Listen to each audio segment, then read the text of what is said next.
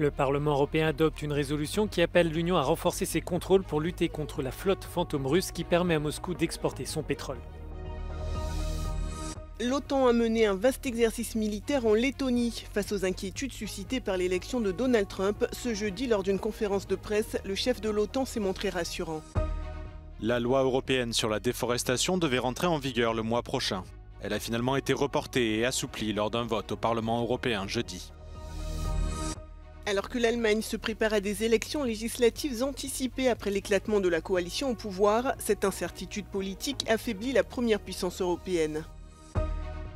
Visiter la maison d'Anne Frank à Amsterdam depuis son salon est désormais possible grâce à une visite virtuelle en 3D.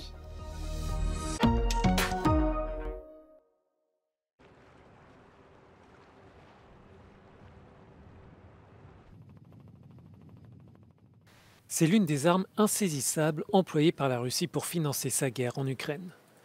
Moscou a recours à une flotte fantôme pour échapper aux sanctions occidentales et exporter son pétrole.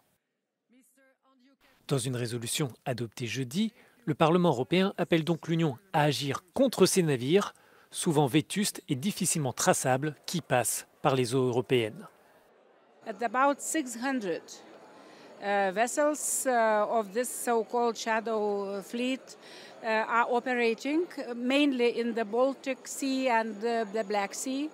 And this is the reason why they are doing this is circumvention of the sanctions and also this price cap, which was implemented on oil and gas. And Russia is invented such a way to circumvent those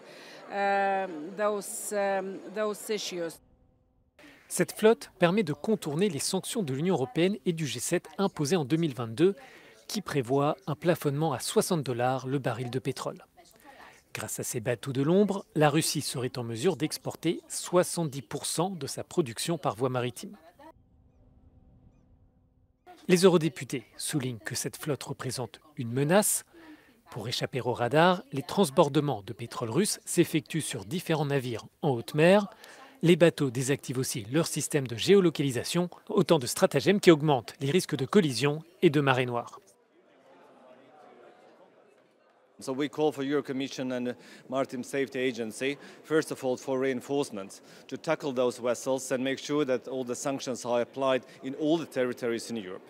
The second is to ban those dangerous ship-to-ship transfers, and then also to have extra funds for quick response capabilities. Because every day, on every delay, will cost billions, and I'm talking about only, of course, the environment catastrophe.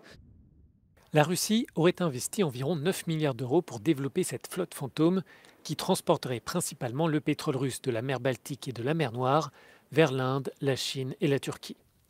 L'hydrocarbure serait alors raffiné sur place et pourrait donc arriver en Europe sous forme de produits dérivés sans passer sous le coup des sanctions.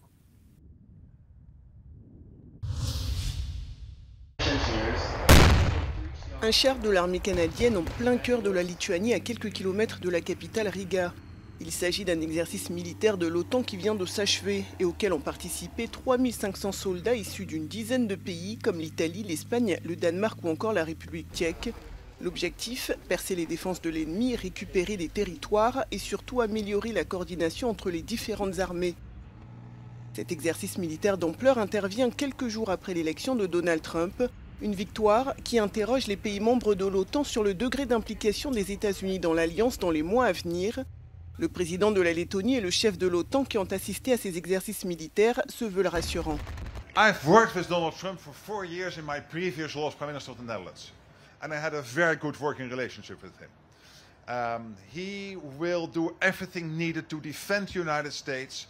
And he is well aware that the membership of NATO is part of the defense of the US. Look what is happening at the moment. Ukraine, North Korean soldiers, now being active in Russia and helping Russia with the war effort against Ukraine. The United States has been, is, and I'm completely sure is going to be indispensable partner for Europe, indispensable for European security. But I think that it is very clear that we all need to step up when it comes to our defense and security. Si les pays membres sont inquiets, c'est parce que les États-Unis sont le principal contributeur de l'OTAN. Net zero is a hot topic here at COP29 as we all try to limit global warming. But is it actually technically possible? Well, according to the world's leading scientists, yes it is. The IPCC has shown that not only is it possible, but there are multiple ways to get to net zero. Of course, none of them are easy. However, it is still possible. To reach net zero, you have to drive down your energy use as much as possible. And in Europe, that means reuse, recycle, repurpose, and get planting. Urban trees, for example, already urban trees capture 7 gigatons of carbon dioxide altogether, and every year an additional 400 megatons. So our cities would really benefit from much more big trees and infrastructure. They also bring down energy use. They also help with adaptation, with mental health, better livable cities, increasing property values. Existing technology means that the buildings in those tree-filled cities can be retrofitted so that they become energy producers rather than energy consumers. But there are many sectors, such as petrochemicals, steel and cement, where it's impossible to operate without emitting CO2 into the atmosphere. So they're going to need to capture that carbon. And carbon capture technologies are proving expensive and difficult to scale. So are there any innovations that can fix it? I believe that we can become carbon neutral in our world by renewable energies, energy efficiency, all the solutions that exist, but they are not implemented fast enough, which means that we will need, most probably, direct air capture, because we are not doing enough today, and we will need to pay this cost of inaction by putting a lot of money into direct air capture. The scientists and engineers are convinced that net zero is possible, and in many countries, including the EU, it's a legal obligation. However, fossil fuel use is still growing and nobody believes that it's peaked, so we're going to need a huge shift in society as well as technology to get net zero on the road to reality. Jeremy Wilkes at COP29 in Azerbaijan for Euronews.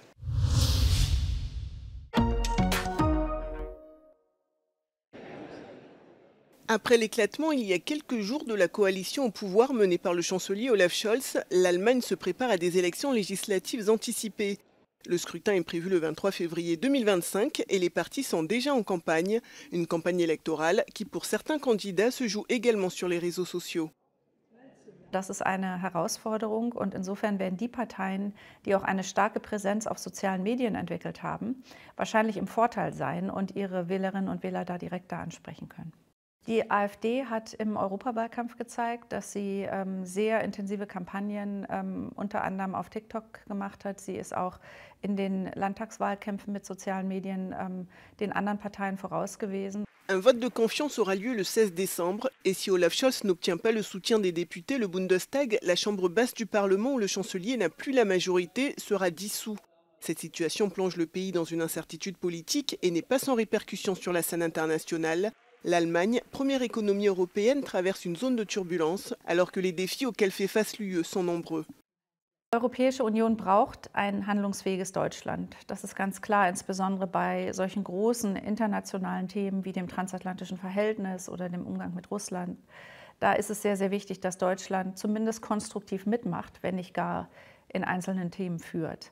Und die Tatsache, dass Deutschland jetzt bis Februar auf die Wahl wartet und danach die Regierungsbildung ja auch noch einige Zeit in Anspruch nimmt, das bedeutet schon, dass Deutschland nur noch teilweise diese Rolle mitspielen kann. Und gerade fürs transatlantische Verhältnis besteht eben die Gefahr, dass Donald Trump eher mit Einzelregierungen spricht als mit der Europäischen Union. For now, Scholz, the CDU and the Greens want to show that the government can still get things done before elections on the 23rd of February next year. Tamsin Paternoster in Berlin for Euronews. A Web Summit mudou-se de Dublin para Lisboa em 2016. A capital portuguesa é aposta ganha. A lot of tech journalists criticised the move. They thought Web Summit should have gone to a serious European tech capital, and apparently Lisbon was very unserious, a destination for backpackers and stag parties. Over the last 9 years, Lisbon is transformed.